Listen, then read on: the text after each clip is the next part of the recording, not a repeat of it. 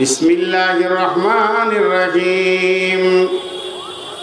ইন্নাস সালাতা তানহা আনিল ফাহশাই ওয়াল মুনকারি ওয়া লাযিকুরুল্লাহি আকবার।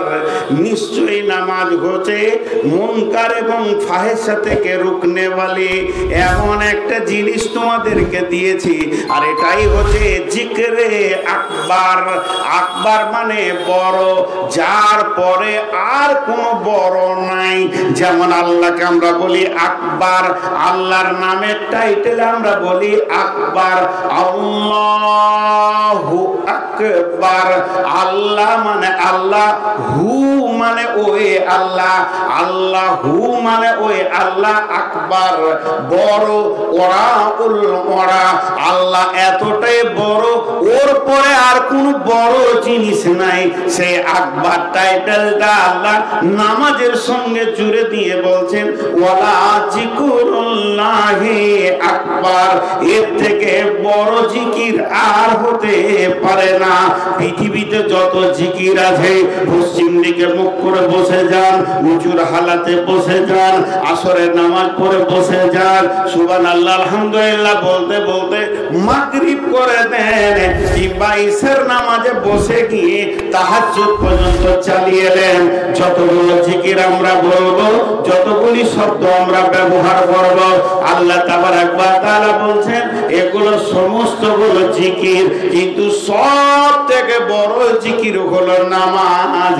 এই নামাজে এমন ধ্যানের সঙ্গে হবে যে আমি আল্লাহকে দেখছি, নচেত আমাকে আল্লাহ দেখছেন, আর আমি এমন অবস্থাতে রয়েছি ডানে বামে চিন্তা করা যাবে না, কথা বলা যাবে না। আমি তাকবীর তাহরিমা পড়ে নিয়েছি, মানে পৃথিবীকে হারাম করে দিয়েছি। এবার বলেন আল্লাহু আকবার, আলহামদুলিল্লাহ রাব্বিল আলামিন, কুল হুয়াল্লাহু আহাদ, আল্লাহু আকবার, সুবহানা রাব্বিয়াল আযীম, সুবহানাকা আল্লাহুম্মা রাব্বানা ওয়া বিহামদিকা আল্লাহুম্মা ইগফিরলি, সামিআল্লাহু লিমান হামিদা, রাব্বানা লাকাল হামদু হামদান কাসীরান তাইয়িবান মুবারাকান ফি।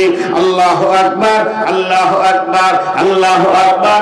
চলছে চলছে, মুখ যেন মেশিনের মতো চলতে রয়েছে। চলতে চলতে আত্তাহিয়াত হলো, দরুদ হলো, সানা হলো, সমস্ত যখন হয়ে গেল তো তাসলিমে তাহলিল পড়ে নিলাম, আসসালামু আলাইকুম ওয়া রাহমাতুল্লাহ। নামাজের আল্লাহু আকবার থেকে সালাম ফিরা পর্যন্ত জিভটা একটা মিনিট পর্যন্ত আপনার কাছে রেস্ট পাবে না। এর জন্য এরই নাম হলো জিকরে আকবার। আর এর ভিতরে কাউকে ধ্যানে আনা যাবে না, কারো গল্প আনা যাবে না। আমি আল্লাহকে দেখছি, নচেত আল্লাহ আমাকে দেখছেন, এই ধ্যানে শেষ করতে হবে। এর জন্য একে জিকরে আকবার বলা হয়েছে। অনেকগুলো কারণ আছে, একটা বললাম, আরেকটা বলছি। নামাজকে উঠা বসা করে করলে কেন? অনেক কারণ আছে, তার মধ্যে আমি একটা বলছি। হাদিস কোরআনে অনেক কারণ আছে। একবার দাঁড়াও, একবার রুকু করো, একবার সাজদা করো, একবার বসো। এই যে প্যাটার্নটা বানানো হয়েছে, এই প্যাটার্নটা বানানো হলো কেন? মানুষ বাদ দিয়ে পৃথিবীতে যত মাখলুক আছে, যেগুলো আমরা দেখতে পাই, তারা আল্লাহকে কিভাবে ডাকে? হাজি ভাই, একটা ছোট কথা জিজ্ঞেস করি। আপনারা এখানে কম্পিউটার নিয়ে এসছেন মাদ্রাসায়, একটা শিক্ষকের দরকার। একটা ছেলে ইংরেজি জানে, একটা ছেলে বাংলা সফটওয়্যার চালাতে পারবে, একটা ছেলে হিন্দি পারবে, একটা ছেলে আরবি পারবে, চারটা ছেলে চার ভাষা পারবে। ওদেরকে 2000 টাকা করে বেতন লাগলে 8000 টাকা লাগবে আপনাকে, 1 ঘন্টা কম্পিউটার চালিয়ে দেবে। আর একটা ছেলে পেয়েছেন, সে একাই হিন্দি জানে, আরবি জানে, বাংলা জানে, ইংলিশ জানে। ইয়ার বেতন কি 2000 হবে? ইয়ার দাম বেশি হবে?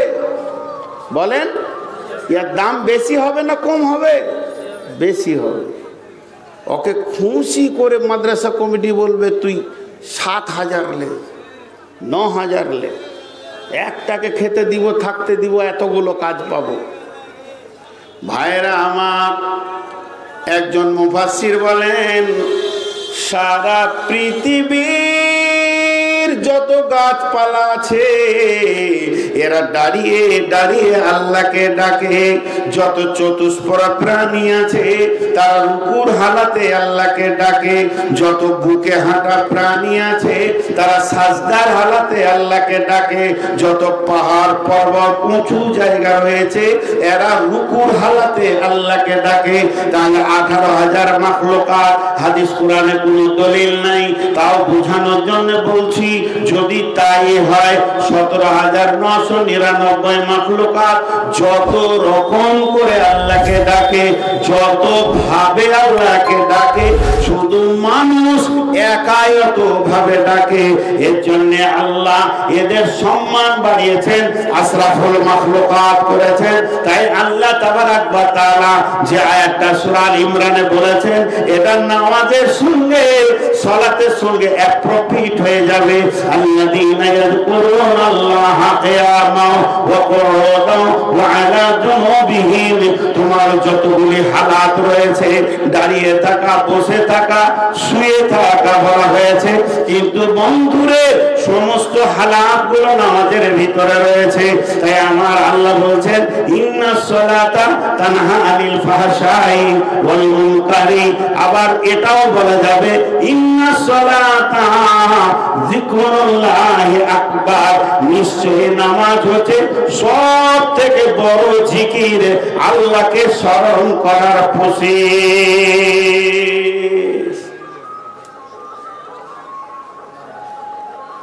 এটা কত বড় জিকির, এটা কত বড় জিকির। নামাজের আগে যদি নামাজের অপেক্ষায় বসে থাকা হয় নামাজ পড়ার নেকি, আর নামাজ পড়েও যদি ওই জায়গাটা না ছাড়েন, বসে থাকেন, তো বারবার নেকি লিখতেই থাকবেন ফেরেশতা। কেন?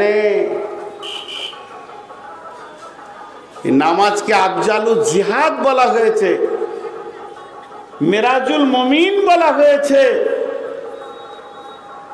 আফজালুল জিহাদ, পৃথিবীতে জিহাদ কাকে বলে? বলে ঢাল লাও, তলোয়ার লাও, লাঠি লাও, বর্ষা লাও, তীর লাও, বোম লাও, পিস্তল লাও, লাফ মেরে নেমে যাও, বিপক্ষকে হটাতে হবে। ভারতের বিরুদ্ধে যে এসছে ওকে হটিয়ে দিয়ে আমার দেশকে জয় করব। ইসলামের বিরুদ্ধে যে লড়বে তাকে হটিয়ে দিয়ে ইসলামকে জয় করব। এর নাম জিহাদ। একটা ছোট ছেলে কলেজ চলে গেছে পড়তে, কলেজে ক্লাস 2 এর ছেলে চলে গেছে শিলিগুড়ি বিশ্ববিদ্যালয়ে, বলছে পড়বো। তো প্রিন্সিপাল বলছে তুই কোথা পড়ে এসছিস রে? পড়বি মানে? বলে পড়বো না মানে? এটা তো ইউনিভার্সিটি, তাতে তো পড়তে এসছি। বলে কোন ক্লাসে পড়ছিলি গায়ে? বলে 2 এর ছেলে ইউনিভার্সিটি MSc তে ভর্তি হবে, বলছে পারবে? জোরে বলেন পারবে? তোমার কাছে যুক্তি আছে ওই লেগে পারবে। প্রফেসরকে বলছে আপনি বলেন তো ইংলিশ কত জানেন? A থেকে Z পর্যন্ত যটা অক্ষর আপনি জানেন ওটা আমি জানি, তো কেন পারবো না? হবে, যুক্তি খাটবে। কথা বলে না, মাথা হিলাইছে তো জবান হিলাই না। তো প্রফেসর তখন বলছে রে গাধা, রায়গঞ্জ থেকে বারসোয়ের টিকিটের সাইজ যতটা, আর রায়গঞ্জ থেকে কেরলের টিকিটের সাইজ একই, তো টিটি ধরবে না? হ্যাঁ, ফাজলামো পেয়েছো তুমি। টিকিটের সাইজ আর টিকিটের ওজন একই,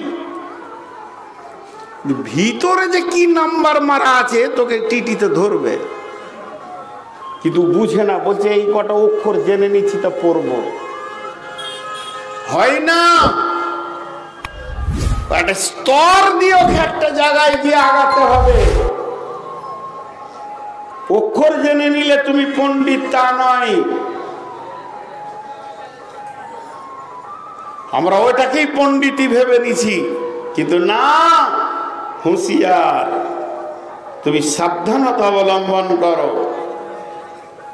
তোমাকে অতটাই হতে হবে যতটা তোমার কাছে আল্লাহ চেয়েছেন। দিল মজবুত হতে হবে আল্লাহর জিকিরে। আল্লাহ তাবারাক ওয়া তাআলা বলছেন, ফাযকুরুনি আযকুরুকুম ওয়াশকুরুলি ওয়ালা তাকফুরুন।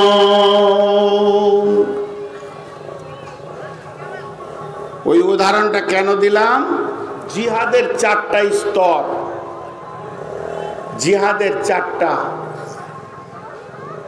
জাদুল মাদ নামে কিতাবে লিখছে, তুমি আগে মাধ্যমিক পাস করো তো এইচএসে বসতে পাবে, ওইটা পাস করো তো বিএ বসতে পাবে, বিএ পাস করবে গ্র্যাজুয়েশন তো এমএ পাবে, এমএ পাস করবে তবেই তুমি মাস্টার কোর্স পাস করলে। তো প্রথমেই ঢাল তালোয়ার নিয়ে আপনি নেমে যাবেন না। 1 নম্বর জিহাদ, 1 নম্বর জিহাদ তোমাকে পাস করতে হবে, তারপরে দ্বিতীয়তে পাস করতে হবে, তারপরে তৃতীয়তে পাস করতে হবে, তারপরে চতুর্থতে যখন তুমি পাস করবে তখন তুমি হয়ে যাবে পাকা আল্লাহওয়ালা মুমিন। তাহলে 1 নম্বর ক্লাস কি বলছে? তুমি তোমার আত্মার সঙ্গে আগে জিহাদ করো। আত্মার সঙ্গে আগে জিহাদ করো। আত্মার সঙ্গে কি বলেন? এখানে অনেকগুলো আছেন, যার একটা উদাহরণ দিচ্ছি, ভাবিয়েন না আপনাকে আমি অপমান করছি। আপনার গালের দাড়িটা আপনি কেটে নামাচ্ছেন, কে নামাইছে? এটা কে বলছে আপনাকে যে গালের দাড়িটা কেটে নাপিতের ঘরে চেঁচে ছিলে চলে আয়? আত্মা বলছে, তুমি ফেল। তুমি চুল রেখেছো কার মতো? ইহুদি নাসারার মতো। আত্মার কাছে তুমি হেরে আছো, টাকনুর নিচে কাপড় পরছো। তোমার প্রথম লড়াই হবে আত্মার সঙ্গে, তারপরে লড়াই হবে আত্মা থেকে যখন তুমি পাস করে যাবে তখন তোমার লড়াই শুরু হবে আহলের সঙ্গে, আত্মীয় স্বজনের সঙ্গে। আমি বিয়ে করেছি, আমার 6টা ভাই, আমার বউকে কাউকে দেখতে দিব না, সবাইকে বলবো তোদেরকে আমার বউকে পর্দা আছে, ছোট ভাইদেরকে বলবো পর্দা আছে, বড় ভাইদেরকে বলবো পর্দা আছে। জিহাদের জন্য অন্য কাছে যেতে হবে না, নন মুসলিমের কাছে যেতে হবে না, নন মুসলিমের আগে মুসলিমের মধ্যে জিহাদ শুরু হয়ে যাবে। এবার তোমাকে আহাল দেখতে পারবে না, ভাইরা বাড়ি থেকে বের করে দেবে, তখন তোমাকে ওখানেও বিজয়ী হতে হবে। যখন তুমি পরিবারের কাছে বিজয়ী হয়ে যাবে তখন তোমার সামনে আসবে শয়তান, শয়তানের কাছে তোমাকে বিজয়ী হতে হবে। শয়তান বলবে তুমি ইমানদার, শয়তান বলবে তুমি পরিষ্কার। ওই জায়গায় বিজয়ী হতে হবে। ওই জায়গায় যখন পাস করবেন তারপরে আপনি জিহাদের ময়দানে নামেন, তখন আপনি যেদিকে তলোয়ার চালাবেন ওই দিকে ইসলাম বিজয়ী হবে। সাহাবীরা আত্মার সঙ্গে লড়ে পাস, সাহাবীরা আহারের সঙ্গে লড়ে পাস। আত্মা তাদের একটু ইসলামের বাইরে যেতে যায়নি, তাদের আত্মা এত মজবুত ছিল, তাদের আত্মা এত জিকির করে মজবুত করে রেখেছিল, ইসলামের বাইরে কদম রাখেনি। দ্বিতীয় নম্বর, তারপরে আহারের সঙ্গে লড়াই করে পাস। মা বাপ ভাই বোন কেউ কালেমা পড়লো না, একাই কালেমা পড়ে নিল, সমস্তকে ত্যাগ করে দিয়ে চলে এলো। নবীজি যা বলছেন তা সত্য। দ্বিতীয় জায়গায় পাস। শয়তান তাদের নাম শুনলে রাস্তায় হাঁটতো না। হযরত উমর যে রাস্তায় হাঁটতেন শয়তান সে রাস্তায় হাঁটতেন না। 3 জায়গায় পাস হয়ে গেল। চতুর্থ নম্বরে ওই উমর, ওই আলী, ওই উসমান যখন মুতাতে নেমেছে, যখন উহুদের প্রান্তে নেমেছে, যখন বদরের প্রান্তে নেমেছে, খন্দকের প্রান্তে তলোয়ার ধরেছে, যখন তবুকের যুদ্ধে গেছে, বেঈমানরা 10 আর 35,000 মাত্র তবুকের সৈন্য, আর ওইদিকে 1.5 লক্ষ ময়দান ছেড়ে পালিয়ে গেছে। তার কারণ তারা মাধ্যমিকে পাস, এইচএসে পাস, বিএতে পাস, এমএ স্কলারশিপ, এদের সামনে পৃথিবীর কেউ দাঁড়াতে পারবে না।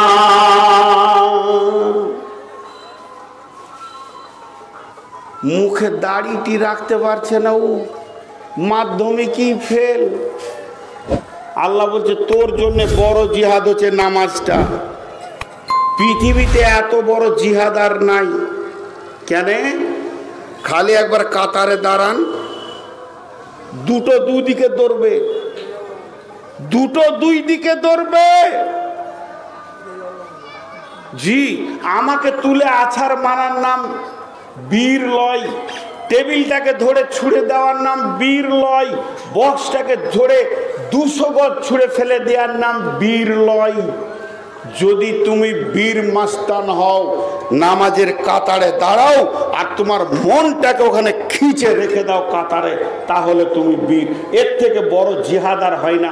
নামাজের ভিতরে আত্মার সঙ্গে দেহ লড়াই চলে।